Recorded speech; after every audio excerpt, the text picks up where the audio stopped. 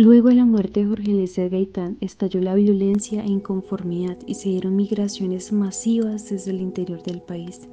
Y fue en ese tiempo donde Caquetá adquirió una fisonomía propia.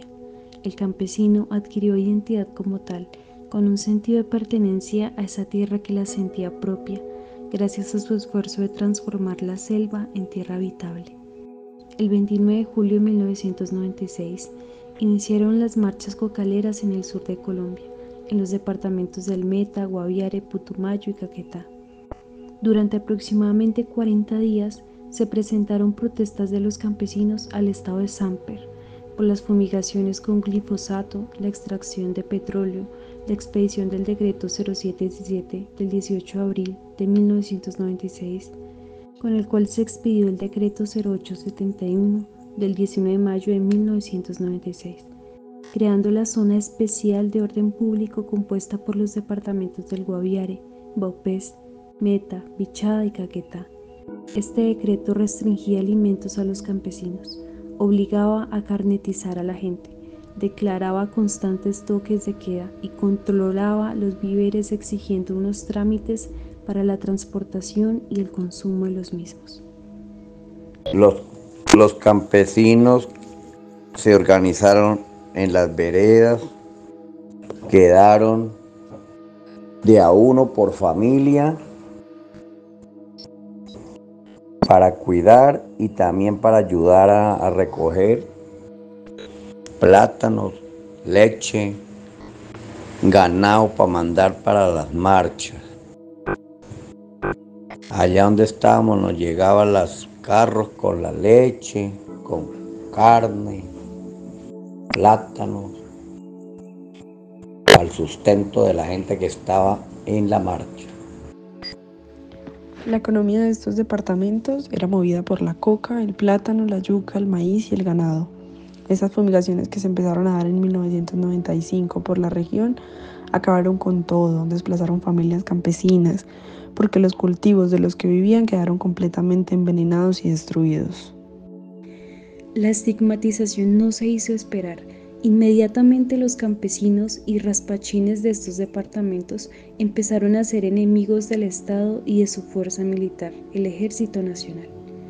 Para el ejército, estas marchas tuvieron un par de estrategas indudables, las FARC y el narcotráfico.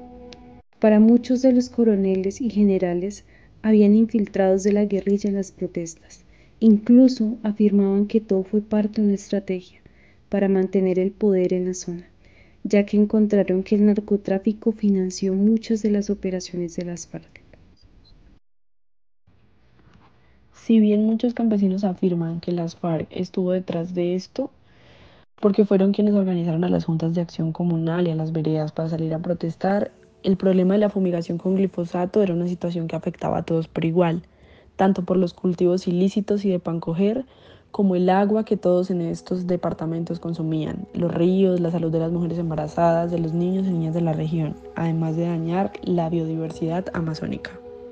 Y cada vereda le daban el sustento semanal de la remesa para que la tuvieran ahí.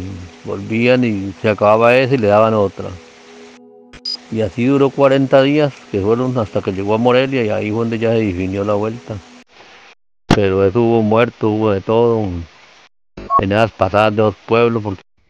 Las familias campesinas de estos departamentos tuvieron que enviar a sus hombres de la casa y las mujeres que pudieran ir para ayudar en la cocina a las marchas campesinas. La familia que no enviaba a su delegación a la marcha debía pagar una multa de 3 millones de pesos. Que obligaban a la gente a salir que a una marcha campesina porque si no salía le cobraban una multa y si uno estaba enredado con cultivos de coca y todo eso, pues tenía que salir porque si no le llegaban a la finca y que le cobraban 3 millones al que no saliera, entonces uno por miedo de que le cobraran esa plata no se venía a la marcha. Se definió dejar en la casa a una persona por familia. Esa persona que se quedaba en las fincas, que generalmente eran las mujeres y los niños, eran las responsables de, junto con la comunidad que se quedaba, de conseguir plátanos, yuca, carne, leche y demás alimentos para enviarles en un carro que semanalmente recogía alimentos y los llevaba a los cambuches de carpas que hacían los campesinos en su estancia en cada municipio al que iban avanzando, ya que su meta era llegar a las capitales de los departamentos. Pues ahí se iban solamente los hombres a lo de la marcha, claro que hubieron mujeres que también salieron con ellos, pero la mayoría de mujeres nos quedamos en la finca porque teníamos nuestros hijos pequeños. Las marchas no alcanzaron a llegar a las capitales de los departamentos, pero hubo estragos suficientes en el camino.